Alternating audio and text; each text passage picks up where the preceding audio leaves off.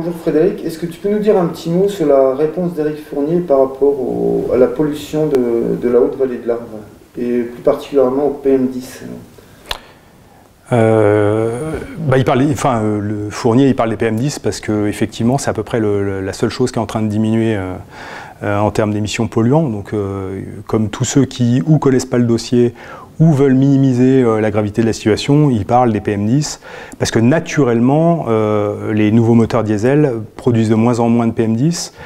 Par contre, produisent excessivement de PM2,5, qui sont des molécules, des microparticules beaucoup plus fines, beaucoup plus dangereuses, et qui ne sont pas mesurées. Donc dire que les PM10 diminuent et par extrapolation se faire mousser en disant que c'est grâce à lui ou grâce à eux parce qu'ils ont changé les choses, c'est simplement un mensonge éhonté. Les PM10 diminuent parce qu'on en produit moins. Et ils restent quand même extrêmement nocifs pour la santé, ils restent extrêmement importants, ceux qu'on respire dans la vallée sont importants, mais c'est surtout tous les PM2,5 qu'on ne voit pas, qu'on ne mesure pas, parce que la loi n'impose pas de les mesurer en France, en Europe, alors que par exemple aux États-Unis, les indices de qualité de l'air tiennent compte des PM2,5, Air Rhône-Alpes, eux, ils tiennent compte que des PM10. J'imagine que ça arrange tout ce petit monde de ne pas tenir compte des PM2,5 et de ne pas les mesurer, parce que sinon on se verrait que la situation elle n'est pas si glorieuse que ça.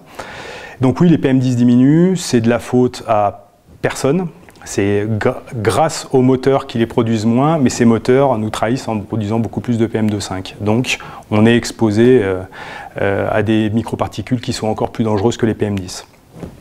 Donc à la question pourquoi Fournier dit ça, Fournier dit ça soit parce qu'il ne connaît pas le dossier, ce qui n'est pas impossible, vraiment précisément, et puis parce que ça l'arrange de sortir une courbe décroissante, hein, ça voilà, et puis soit parce qu'il le sait et qu'il ment, voilà, c'est les deux seules raisons. Hein. On imagine bien que c'est pas en mettant 3 bus électriques à Chamonix que ça sauve la qualité de l'air de la vallée. Donc voilà, oui, il dit ça, mais il a toujours tenu des discours un peu pas très précis, quoi, on va dire. Et sinon, toi, le bilan sanitaire de notre vallée, alors qu'est-ce que tu peux en dire, toi?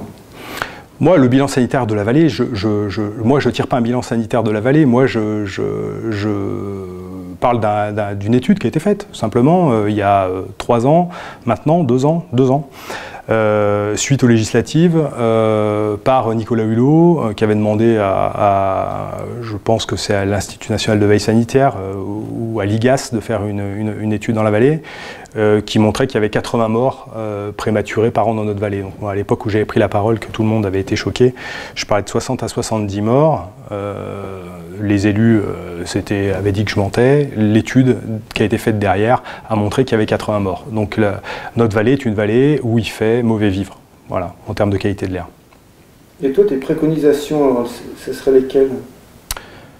Mes préconisations, à quel niveau? C'est-à-dire que qu'est-ce qu'il faut faire pour améliorer la qualité de l'air? Voilà. Ou alors, ce qu'il faut faire pour améliorer la qualité de l'air, il y a plusieurs choses à faire. Il faut lutter contre le transport qui traverse notre vallée à outrance, les transports internationaux routiers, là, les 560 000 camions par an qui traversent la vallée de l'Arve. Il faut les mettre sur le train.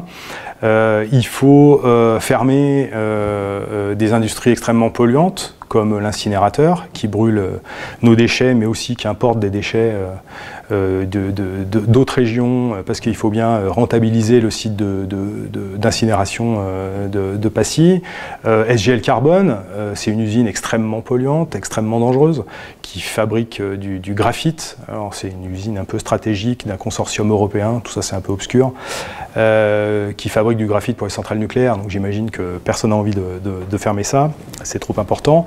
Donc voilà, il ne faut pas simplement interdire les foyers ouverts comme l'a fait le préfet, c'est gentil, mais oui, bien sûr qu'il faut interdire les foyers ouverts, c'est une évidence. Les constructions récentes dans notre vallée ne peuvent pas avoir l'autorisation de mettre des foyers qui polluent extrêmement, qui ont un très mauvais rendement, et en plus de ça, qui ont un très mauvais rendement énergétique. Donc non seulement une cheminée à foyer ouvert, ça pollue, mais en plus de ça, ça ne chauffe pas.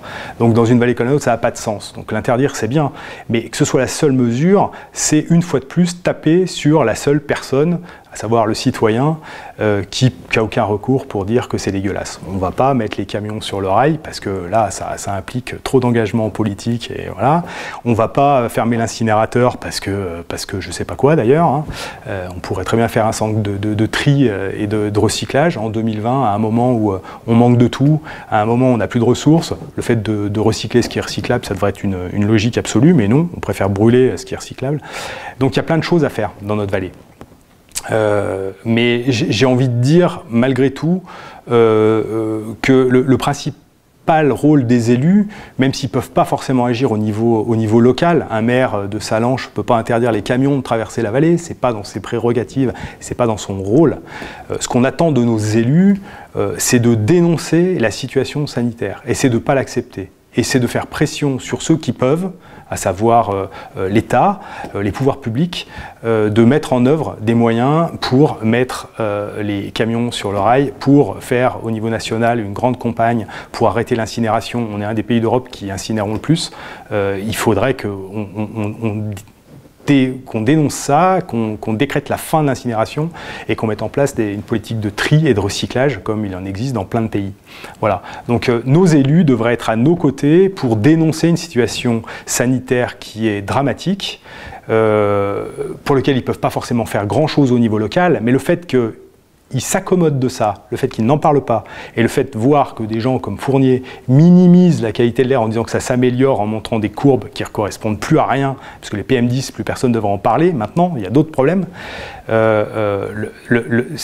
quelque part, ils ne sont pas en phase avec leur population. Et c'est ça qu'on peut leur reprocher, c'est-à-dire d'avoir un discours qui n'est absolument pas du niveau de ceux qui devraient avoir en étant élus. Voilà. Après, qu'on peut dire aussi, c'est que la qualité de l'air et la mauvaise qualité de l'air est un épiphénomène de la manière dont on vit tous. C'est-à-dire que c'est pas que les élus sont coupables de ne pas jouer leur rôle de défenseur de leur population, ça c'est sûr, mais nous on est tous responsables de la manière dont on vit, au-dessus de nos moyens, et nous sommes les premiers producteurs de cette pollution. Qu'on le veuille ou non, les camions ils passent pas là par hasard, les camions ils passent par là parce que tout le monde consomme énormément, on fait tous venir des marchandises de partout, donc il faut bien comprendre que notre mode de vie, notre société, notre civilisation thermo-industrielle basée sur les hydrocarbures qui nous permet de vivre correctement, de vivre au-dessus de nos moyens, parce que l'interview qu'on fait là et qui te prend 1 heure dans la journée, on le fait parce qu'on n'a pas à cultiver notre jardin, à chasser ou à produire ce qu'on va consommer, ce qu'on va manger ce soir. On ouvre notre frigo et on a tout dedans parce qu'il y a une énergie qui est utilisée pour ça et qui nous permet d'avoir ce niveau de vie. Il y a Jean-Marc Jancovici, qui est un polytechnicien très connu, qui fait partie d'une boîte qui s'appelle Carbone 4, qui travaille avec Macron, enfin qui travaillait, il a laissé tomber parce que, comme tout le monde, il s'est rendu compte du marché de dupes qu'il pouvait y avoir avec ce gouvernement.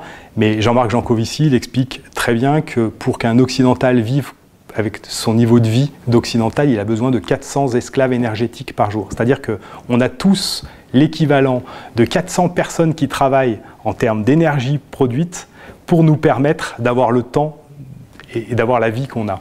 Donc on vit tous au-dessus de nos moyens, tous.